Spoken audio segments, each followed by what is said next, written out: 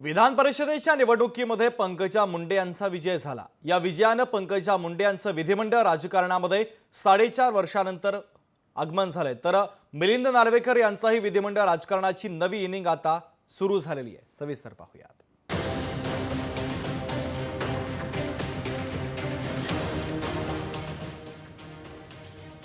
विधान परिषदेच्या निवडणुकीमध्ये 2 विजय हे लक्षवेधी ठरले।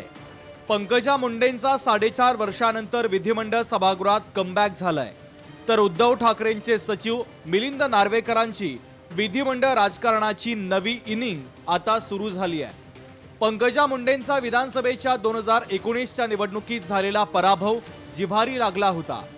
त्यानंतर लोकसभा निवडणुकीमध्ये त्यांना विजयाची अपेक्षा होती, पण त्यांचा अनपेक्षित पराभव झाला। पंकजांचं राजकारण संपणार अशी भीती वाटत असताना त्यांच्यावर पक्षाने विश्वास दाखवत विधान परिषदेची उमेदवारी दिली। आमदारांनी 26 मतं देत पंकजा मुंडे यांना निवडून आणलंय।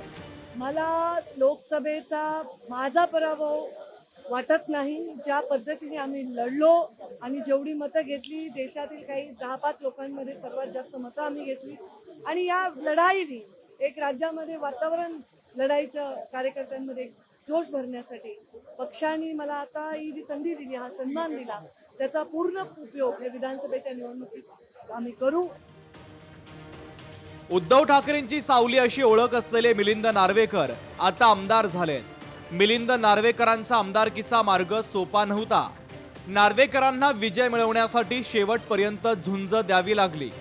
उमेदवारी जाहीर झाल्यापासून त्यांनी घेतलेल्या गाठी भेटींमुळे पक्षाची मतं कमी असतानाही त्यांनी विजयी मजल मारलेली आहे। मिलिंद नार्वेकर जी आज चुनकर आए, इससे ज्यादा खुशी क्या हो सकती है। जबकि हमारे पास सिर्फ 15 वोट थे, फिर भी महाविकास आघाड़ी के लोगों ने एक दूसरे को जो सहायता की, उसके कारण हम जीतकर आए।